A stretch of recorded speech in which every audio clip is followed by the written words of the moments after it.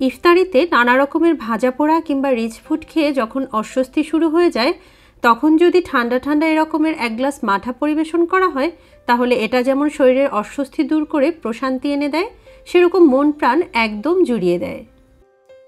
মাঠা তৈরির মূল উপকরণ হচ্ছে দই। তাই প্রথমেই আমি একটা মিক্সিং বোলের মধ্যে 2 কাপ পরিমাণ টক দই নিয়ে নিচ্ছি। তবে আপনারা চাইলে কিন্তু এখানে মিষ্টি দইও ব্যবহার করতে পারেন। সেক্ষেত্রে পরবর্তীতে চিনির পরিমাণটা একটু কমিয়ে ব্যবহার করবেন।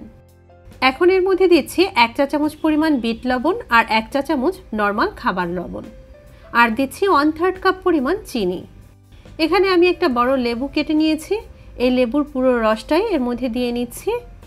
এখানে প্রায় 3 টেবিল চামচের মতো লেবুর রস আমি ব্যবহার করছি।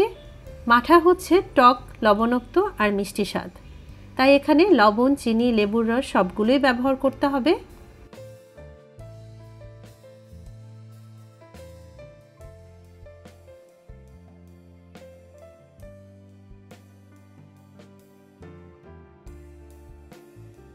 এরপর প্রথমে আমি একটা হ্যান্ড উইক্স দিয়ে সব কিছুকে ভালো করে একটু মসৃণ করে বিট করে নিচ্ছি। তবে আপনাদের বাসায় যদি এরকম হ্যান্ড উইক্স না থাকে, আপনার বাসায় যে নর্মাল ডাল ঘুটুনি থাকে সেটা দিয়েও কিন্তু এই সব কিছুকে ভালো করে মিলিয়ে নিতে পারেন।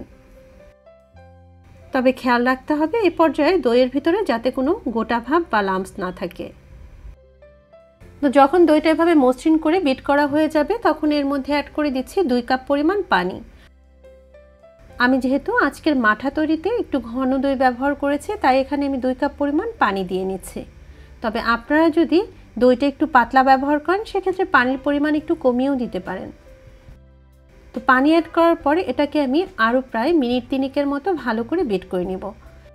বেশ কিছুক্ষণ সময় নিয়ে যখন এই মাঠাটাকে খুব ভালো করে বিট করা হবে, তখন কিন্তু মাথার উপরে এভাবে বাবুল ক্রিয়েট হবে আর সব কিছু খুব ভালো করে মিশে যাবে।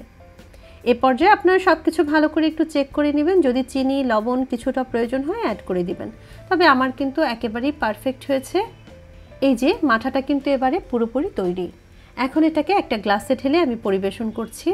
গ্লাসে মাঠা পরিবেশনের সময় আপনারা চাইলে কিন্তু গ্লাসের মধ্যে বেশ খানিকটা আইস কিউব দিয়ে নিতে পারেন।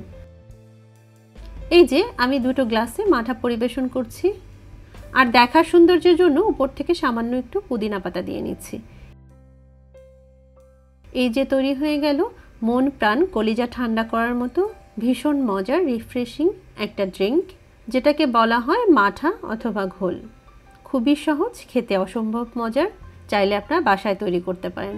আজকে এ পর্যন্তই। সবাই ভালো থাকবেন। আল্লাহ হাফেজ। আসসালামু আলাইকুম।